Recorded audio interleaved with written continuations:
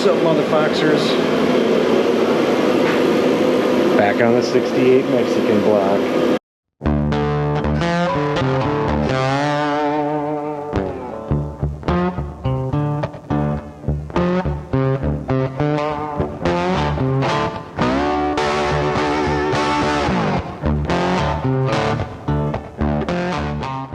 What are we gonna do?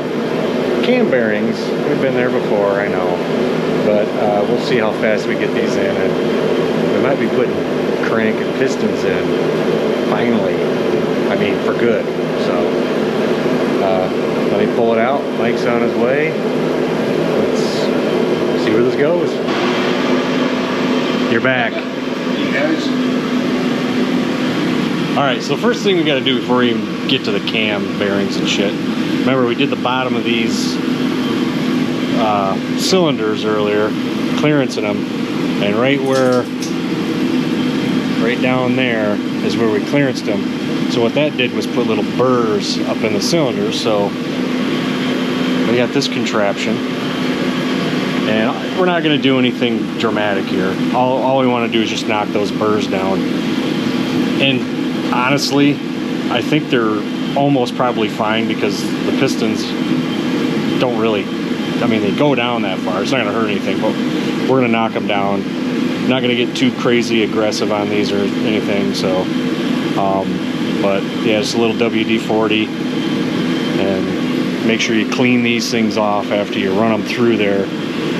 I'll take brake cleaner to those stones and just clean them completely off, and then do it again. And then that should be enough a couple times, and it should be good to go.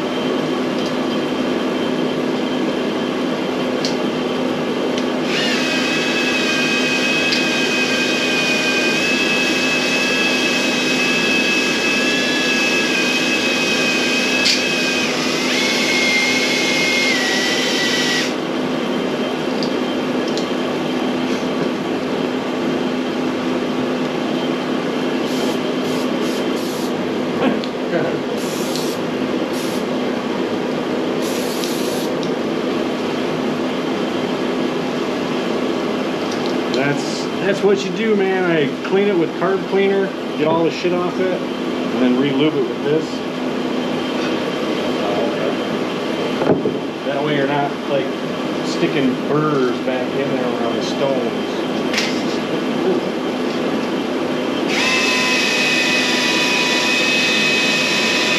I knocked it off. It's just that point where that thing scoops and goes to a point. It's not getting back. What I'm feeling is part of the edge of the bottom of the cylinder. So when it hits that point, it's feeling a sharp edge, yes, but it's part of that edge. It's the same all the way across. So this is the most fun thing to fill because you can't see anything, so you can barely get to the cam in there. But we'll take some Scotch-Brite. Scotch-Brite and just kind of clean that up where the cam bearings go in there. Then we'll put some oil in there, and then we'll start banging them in. This thing you're seeing right below you here, cam bearing installed, deinstall. I don't know if that's what you say. Tool. So, but we did hone all these. We got edges up off all of these here. So we're good to go on the cylinders. The hatch, cross hatching looks good. So that's what we're gonna do, and then. We got the cam bearings here. And they look a little rusty, but the insides are fine. We'll get that off there. I can't believe they did that, but the insides look beautiful. But they go in order. So number 1 position will be the front of the engine, 2, 3, 4, right on down to 5. And luckily I looked in here. I don't know if I was picking around in here, but they each have a number stamped on them. I actually had to flip a couple of them in there because they're in the wrong spots, but we got them in line, and this is exactly the way you put them in is 1 through 5, which would be this way on the box. see what I'm about to do, so we're just gonna get in there and clean it. And then we gotta get this and a big mother effing hammer. We transferred it over to this very safe plastic table, and hopefully I can't find my metal framed one. So it's got metal in it. Anyway, it's holding for now. Now we're gonna take and start pounding on this block on this very safe table. But we got bearing number 5, and the thing is we got to remember is we got to keep oil slit there even with this. So now what I'm going to do on this, I've done this before and I've made mistakes when I'm doing this, guys, so I'm just going to tell you my method of doing it. You could pick either side, start from here or start from here. So what I'm going to do is I'm going to start from here and put this one in, then we're going to put this one, this one, this one, and then this one we'll have to put in and put this bar in this way. Now this is the reason why I want to do this, because I'm sticking the bar in here to get this one, and then you're moving it back and to get this one, and you're moving it. See what I'm doing? You're not going through the cam bearing constantly. You want to do that as minimal times as possible. So we're just going to go work our way back this way.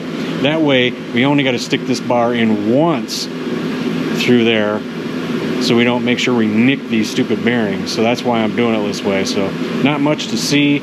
I'll put you over on the other table over here, and you can watch us just pound with the big effing hammer. Going on first, because this is what centers pounding on centers the bottom. Oh, okay, so you're not, I mean, it's still got a little bit of, you're still going to move around, but once you get this tool in there, it's going to be all right.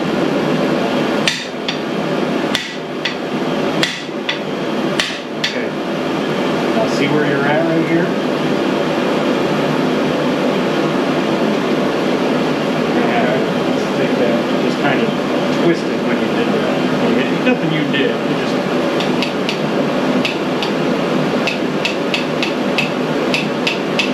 We got number 2 in there. That was pretty simple.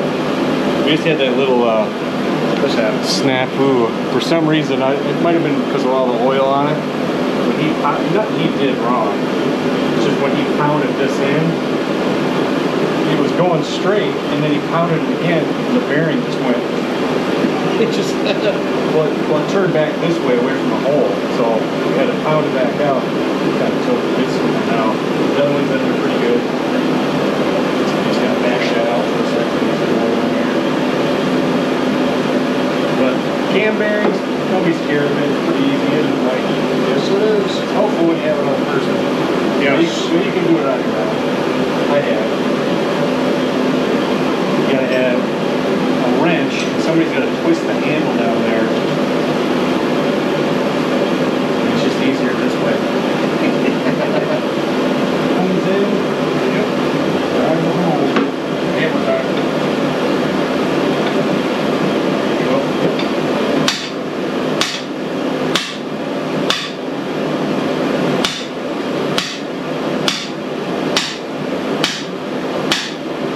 Alright.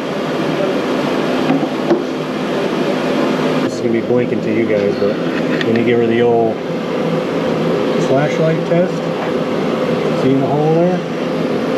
That's what you want.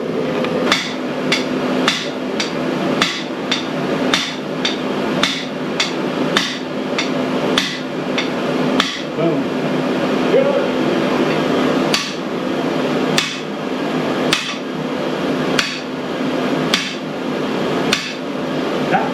There you go. That last little tap that you did, that was perfect, dude. I was going to say stop because we were going to have to tap it. You went, boop, and it went right in. Perfect. Is that a cool shot? So cinematography. Here, let me do it. We'll do it in slow-mo. It's like a drone. Anyway, there's all the cam bearings in there. Now I did see a little bit of some metal shavings right there as a piece as it's going in. I'm not sure why. Maybe I should have sanded those instead of Scotch-Brighted them, but they're in there. It's not like it did any damage to them or anything. So we'll clean those out and go from there. I mean, now at this point, it's sticking main bearings in and crank and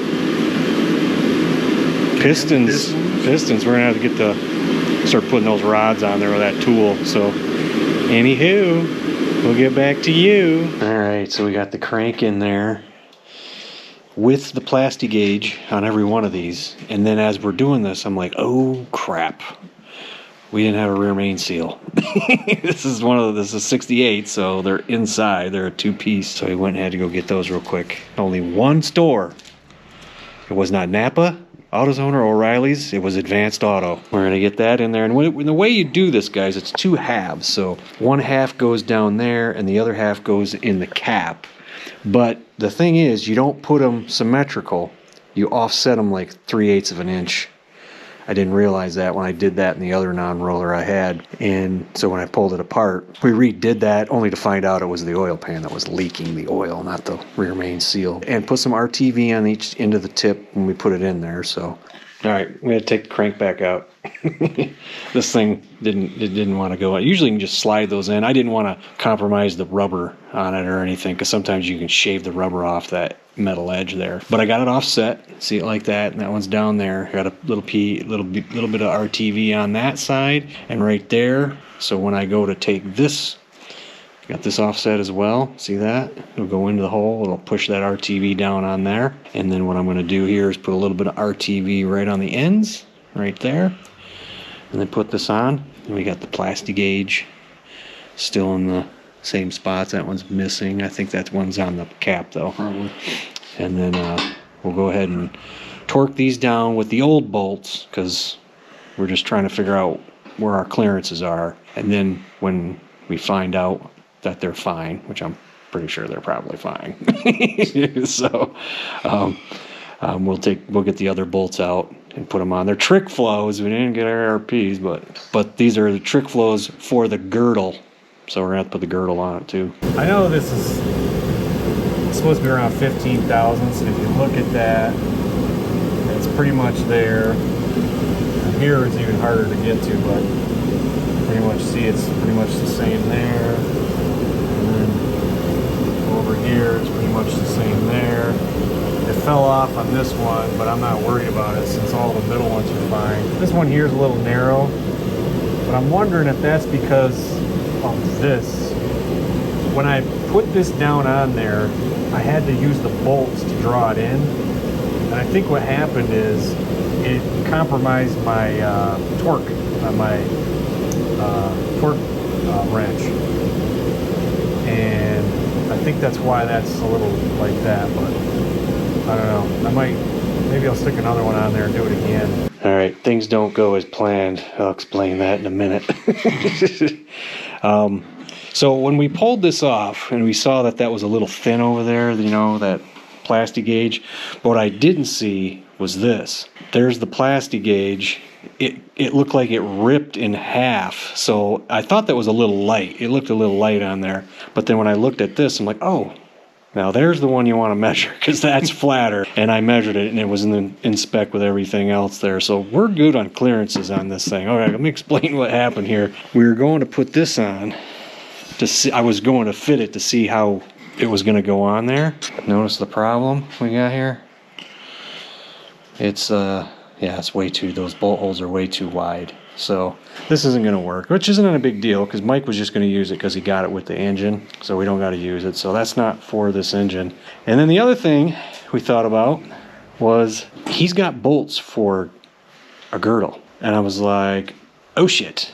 That's not, those bolts are just too long now. He's gonna get some new ones. This right here, I said I wouldn't use these again, because I don't know how many times they've been used. If I knew they were used once, I'd probably use them again, but this being a 68 block, I don't know what's going on. These look original, and I don't know how many times they've been broken loose and stuff. Would they work? Probably, but while you're in there, just get the right ones. Cool thing is, he got this.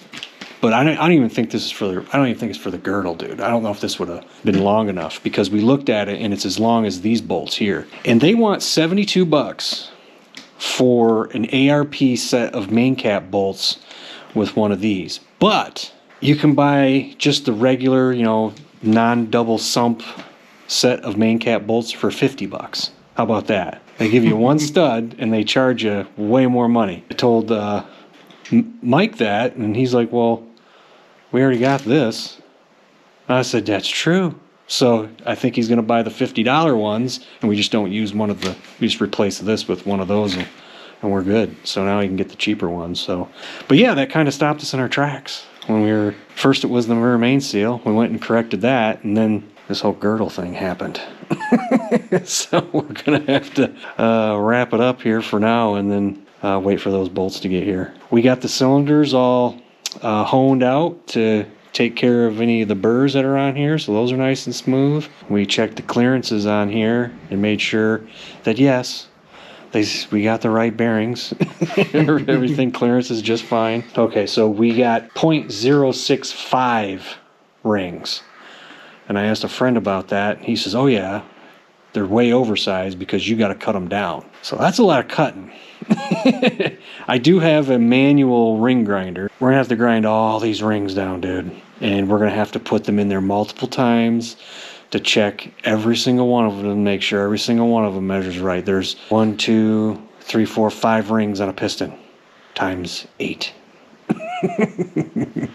I think maybe the oil rings will be fine, but we still got to check those two to make sure they're okay. But yeah, this when we started to think ahead about the pistons, that came to a halt because of this. Because we ran into it. I said, why does it say 0.065?